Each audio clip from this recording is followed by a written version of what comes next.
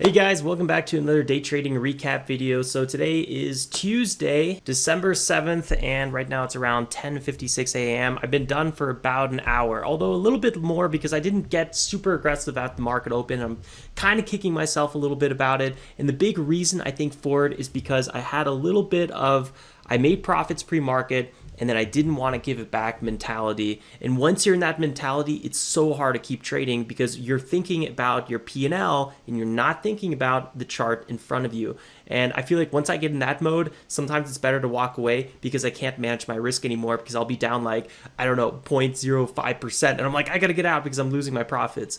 So I think that's why I ended today a little bit earlier than I should have. At one point, I did turn around because I started trading smaller size. And I think that helped me a little bit to get out of that mindset. But still, I totally fumbled the market open. So just for reference, I have my swing trades open here as well. It looks like we're having a pretty big bounce day across the board. Everything looks to be nicely up. Look at Clove finally back to 4.6. I'm up on that one. Just generally up today on the swing trades. But I haven't changed anything, so nothing to update. And I didn't enter the Clove covered calls yet either, although I'm really thinking today might be the day for it if there's any day at all to enter it this week. So let me go ahead, close these because we're not going to be talking about them. And then let me go to my unlimited account. And then this is our day trading profits for the day. We're up $1,084. So not like a big green day, but it's nice. It's a nice solid north of $1,000 profit day. It's really nice to have one of those bags early on in the month. If we have our day trading portfolio selected and we go down to, let's see, December, we've been on a nice little green streak and we've already had $1,000 day in the bag. And there I zoomed in a little bit more. We had a close to another one here on Thursday. So it's nice to have another green day. But still, I feel like I left a lot of money on the table today for sure. But then again, pre-market wasn't really that good. And if you guys have watched my video, my recap video from yesterday, I highly recommend to check it out. I think it's one of my better recap videos if you have not done so. We're covering totally new stats in it. And I kind of discovered anything after a certain time doesn't really work for me that well. And just some other really good stats. So definitely I recommend taking a little bit of time out of your day, watching this, take some notes, and then also do it for yourself. See what kind of statistics you come out with this, because Colby did the same thing and he came out with statistics that were almost the opposite of mine, which is crazy because we trade very similar, but at the same time, just little tweaks based on our personalities can make a big difference. And that's just a really eye-opening thing. And if you want to learn more about Colby's insights, check out the Discord feedback section under the website where we were talking about it this morning. All right, so let's keep going here and talk about the tickers we were trading today. It looks like I'm actually green on every single ticker, but a few of them were more or less scratches. Looks like TESS was a scratch, A Bus was more or less a scratch, and really everything until SYTA. So let's zoom through these and then we'll go ahead and really focus on maybe if we're going to get some more continuation and what I did right and wrong on SYTA and how I could have made a lot more money on it for sure. So let's start with TESS. This ticker on the daily, you can see there's a lot of downtrends on this one. I had a few spikes here, but there's big resistance in this zone, so I'm not super optimistic. I wasn't really looking at this ticker at all pre-market. It shot up around 40% before giving it all back and then started ranging. But at the market open, I wasn't really focused on anything besides SYTA, and I just couldn't get on it. And I thought TESS had a good little upside pop here, potential to 6.9. That's why I ended up trading this one. Unfortunately, I just did small size and scalped the heck out of it, and pretty much just ended up not really even being worthwhile. That's why I only walked away with $20 profit.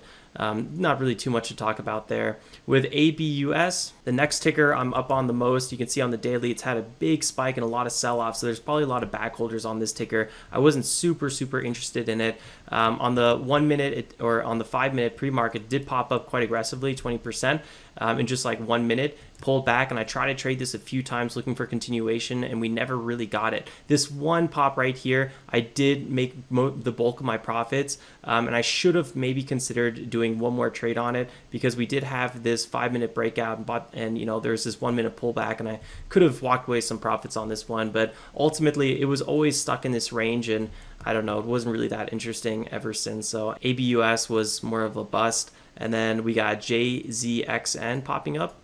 This was an interesting ticker. On the daily, it had a lot of resistance, a lot of probably back holders on this one. $2 was just major resistance on this one. You could really see this former support in this area, and we weren't able to pop back above it. And then if we zoom in here to the 5 minute, you can see all these failed attempts to move above that. And this is how I was able to profit a little bit. Originally, I tried to get a continuation here on this one, and I lost some profits on that. That was a little bit frustrating. But then we were trying for this second attempt, and I knew this one had these quick breakouts, and then they failed. So that's why on this $2 breakout, I went in with size and quickly made some money here. But I wasn't able to take profits as high as I wanted to. I bought the 1 minute pullback hoping we get like a quick retest. We didn't get that one, and then I closed out for a bit of a loss.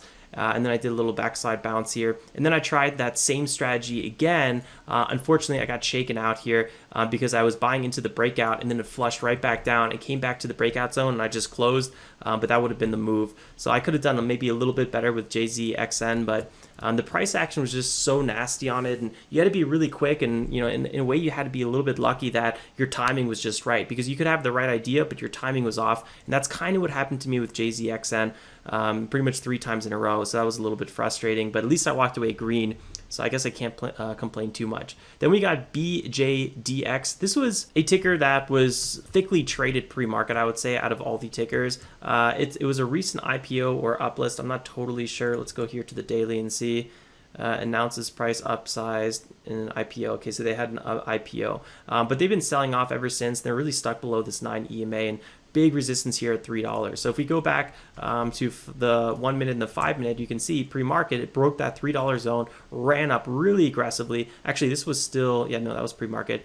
But then it sold down, and pre-market opened at TOS at around 7 a.m., actually at 7 a.m., and that's where, I'm starting to start trading it. And I buy this breakout of the VWAP, looking for continuation. We do get a little bit of shaky action here, but I wasn't a big fan of this one because what I always say is if you look to your left, it gives a big idea of what might happen. Stocks and tickers and markets, they don't necessarily repeat themselves, but they definitely do rhyme. So you see a lot of similar actions, even though it's not exact. So last time BJDX broke VWAP, it didn't really hold this area and eventually ended up flushing. So I was thinking I'm not going to start trading these pullbacks because there's a good chance it's going to flush like it did before. And that's why I didn't trade in this area. And that's a good thing because it actually did end up flushing.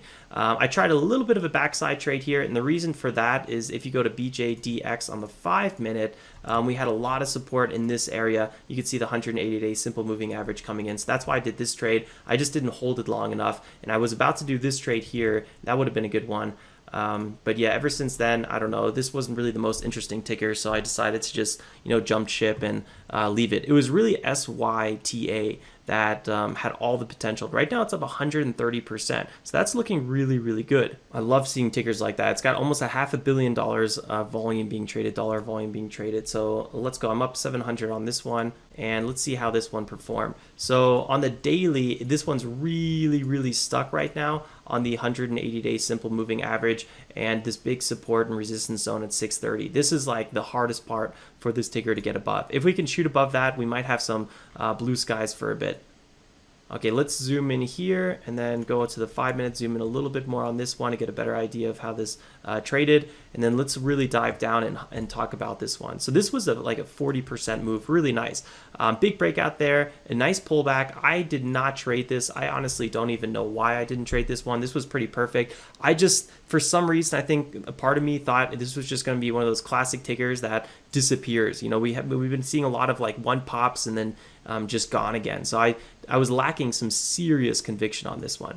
I ended up getting this pullback because again, it was a 5 minute breakout and I was buying that 1 minute pullback. I knew there was big resistance at 530, so I wasn't looking for a continuation and I scalped this one. So that was actually a really, really good scalp. So I'm happy about that.